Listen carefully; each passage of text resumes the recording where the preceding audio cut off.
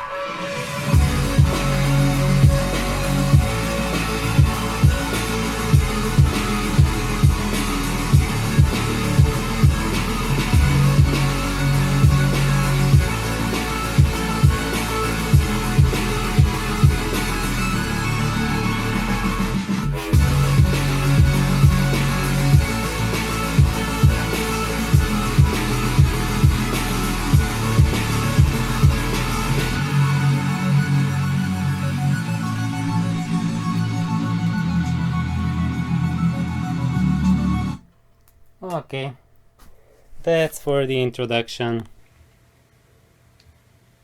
And now let's turn on the lights. Let's see.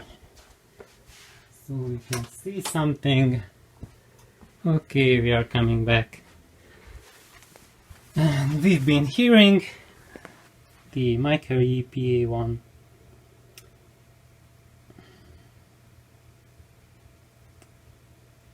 I have to collect my thoughts a little bit, because this amp plays music in such a connecting way that if you listen to something on it, then you really have to collect your thoughts a little bit, because you get lost in it and you have to find your way back. So that's what I'm doing, and trying to think what I was going to say now. So yes, my thoughts are coming back. I'm returning back to this world, and actually at this point I want to introduce the rest of the system, so that you will get a grip on my review process and what we are hearing. And actually we now have been hearing BluRay as a source for streaming, but I do not want to talk about it because that would be something a different subject. This was just a teaser. The real hi-fi test is going to come up after my speech here, and I'm going to introduce those components that lead up to the true audiophile test, because a lot of hoity-toity hardcore audiophiles don't think clubbing music as worthy to play on your system, and don't even think about playing it. But if once you realize you can play it, you will play it a lot. And what we just heard now, it had a lot of extremely deep frequencies. I have no idea what the microphone will pick up, but there was a lot of stuff happening below 30 Hertz. And this is from streaming, from playing YouTube files. They can sound truly amazing with the correct setup. So this has becoming a reality. Even a couple of years ago this was not the situation, but the last few years brought us really big leaps in this aspect. So I'm going to present you some serious audiophile music, and for that the source will be my Micromega Stage 5 player, which is heavily modified, and it is being fed from that nice 𝚬𝚎𝚎 audio line isolation transformer. So that unit has 3 isolation transformers, and one transformer feeds the CD player, one transformer feeds the DAC, and one transformer feeds the phono stage. And that's because your line sources are the most sensitive to fluctuations and noise in the line AC, and by decoupling with a transformer you can get rid of quite a bit of noise from your AC, and that will literally transform your experience. So right now we heard this DAC, which is a PS audio DAC. I will talk about that later on, but it will not be part of the review. So the Micromega will be feeding directly to the Achilles heel. This is a junk selector switch that I'm using that goes to an autoformer volume control. This still has its temporary housing, and it's been living in this temporary house for 15 years, something like that, because I designed these autoformers and then had them specially made. There's only 3 units in the whole world, and it's the best transformer based volume control unit I've heard so far. Perhaps you have heard of the famous Prometheus audio units, and this beats the top of the line Prometheus by quite a wide margin. And the interconnect that connects the CD and the volume selector, and then volume selector preamp, and that goes into the micro, all of them are my DIY silver interconnects. A little close-up of them. These are the so-called Charlie Chan style sine wave pattern interconnect, and they are called like that because we developed it together with Charlie. This was at the very beginning of my audio journey, almost 20 years ago. This was our very first feat, and Charlie's been my audio buddy, and we started our DIY journey together. And I've been experimenting with tons of interconnects. Basically built every single interconnect that I found online, and there were recipes for it. I built everything, and then we started zoning into something, and then it was Charlie's idea to make this sine wave pattern, and I will talk later about these interconnects, but basically I think it's one of the best interconnects you can find nowadays. And I do not want to blow my horn tonight because that's not the point, but just wanted to show what is going on here. And then the micro E, it's connected directly to the AC, to the line. There is no isolation transformer between it and the wall. And the reason for that is because if you put an amp on an isolation transformer, then the isolation transformer really drastically limits the dynamics and the bass handling of the unit. And that's because for an amp, the output signal levels are big enough that they have amp level fluctuation at the supply demand. And when you have that type of load, then an isolation transformer will really limit that. But when you have a DAC, or you have a CD pair or phono stage, they have only milliamp level fluctuations, and that's not noticeable with an isolation transformer. So that's why you can get away with a transformer for your sources and DAC and phono stage. And as you noticed, I do not have an active line stage. It's just passive. So my my passive volume control goes up to unity volume. And then from the micro E, we are getting the signal via these Harmonic Technologies speaker cables. And the cable goes up to the crossover. So this is the external crossover for my Altec. And then it feeds, you see here, it goes to the 288, that's the Altec 288 compression driver.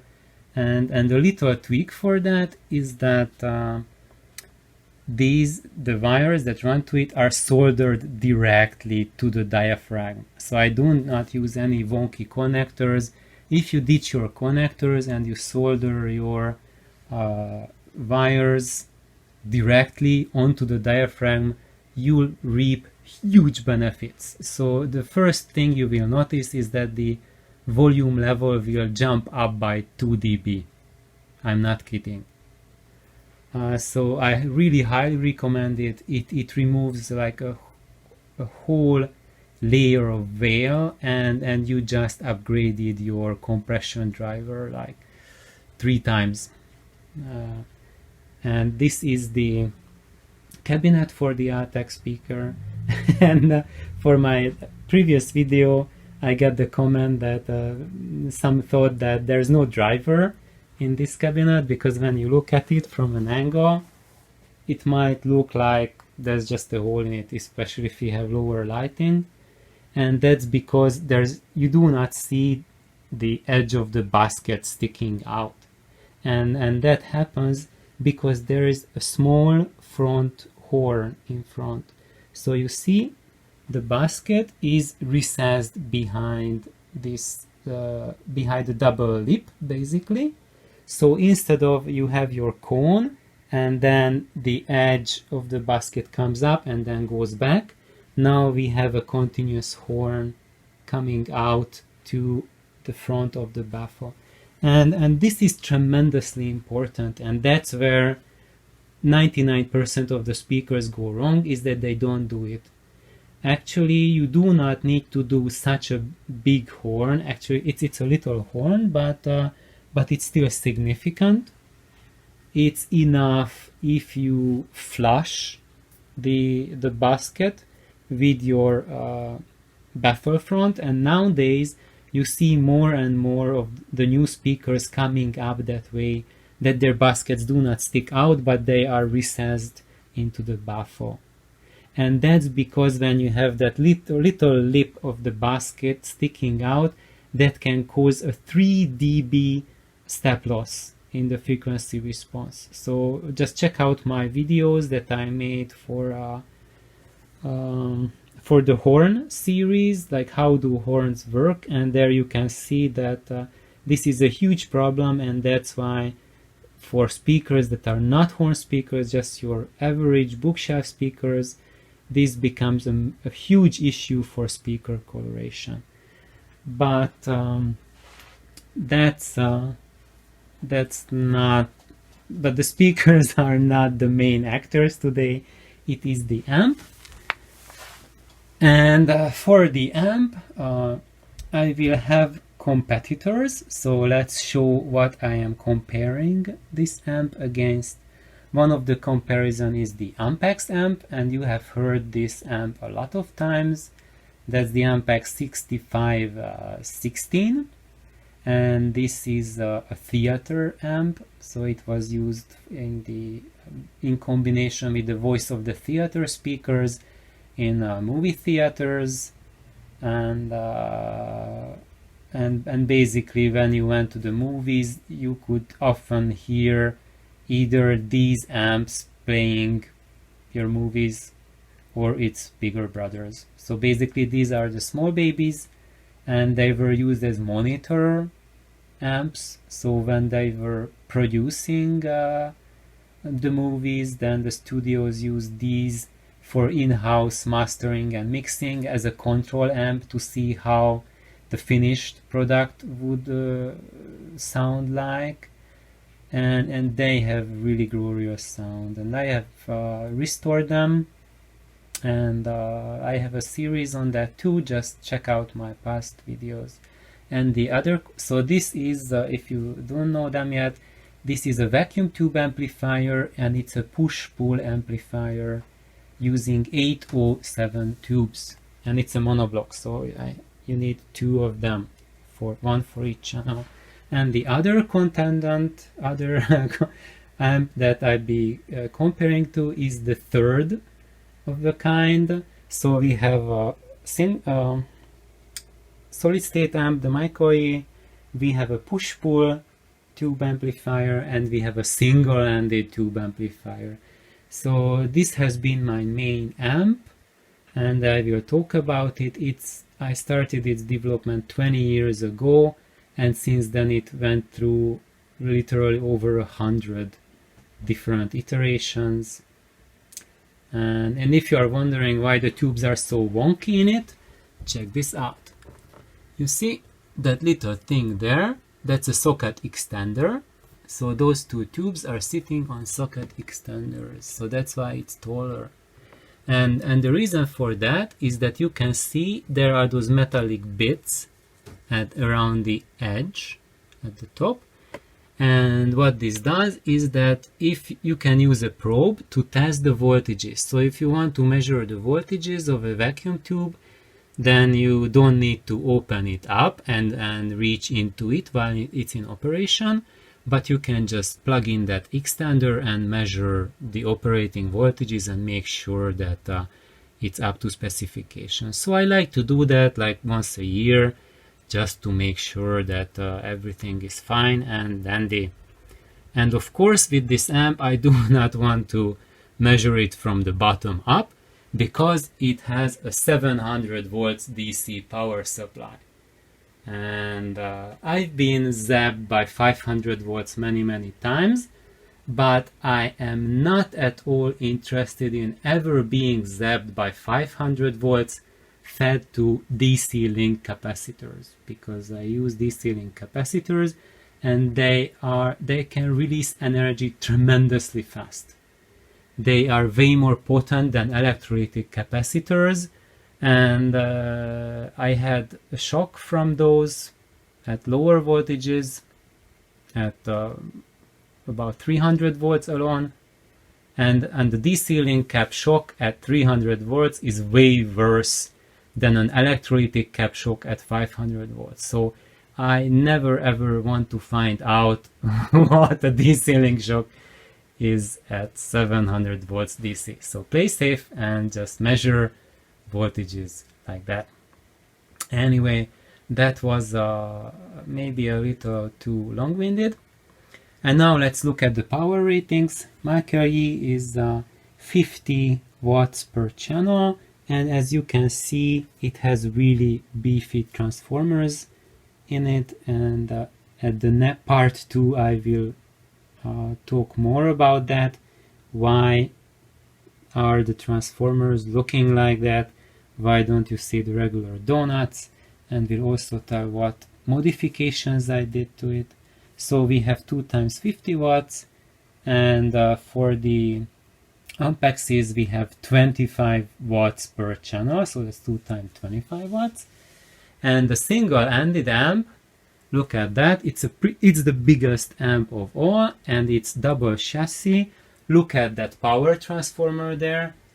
I think it's not really visible from the camera angle, but it's enormous. So it's as big as I don't know, it's really gigantic. And then plus that really big chassis, and it's a super duper heavy amp. So most people would guess that probably it's at least 100 watt per channel.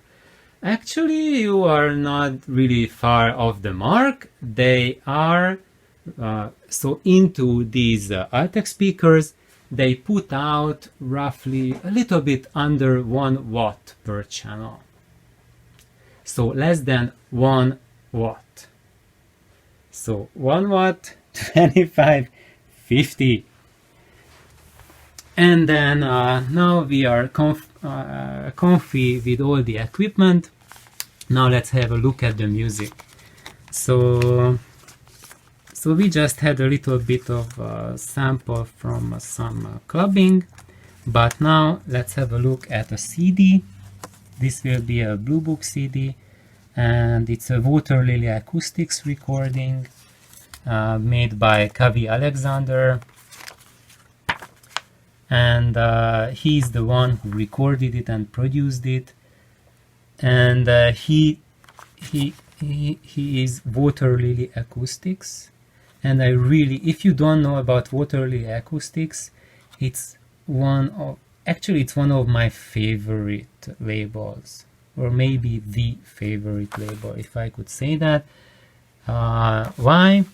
If you read the label, it says this is a pure analog recording done exclusively with custom built triode vacuum tube electronics.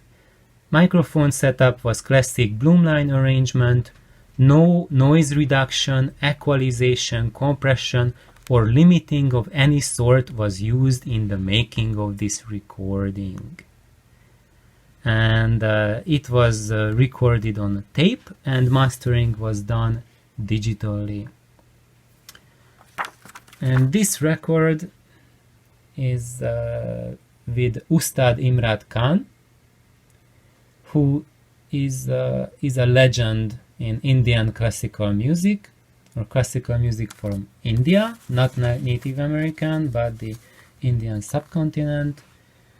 And he is a fantastic master. If you want to compare him to Western music, he is like Elvis in in modern music, but that's him. So that's the quality you are getting. But of course, it's like a classical Indian music. So the musicality of his playing is just light years ahead of anything the Western culture has produced.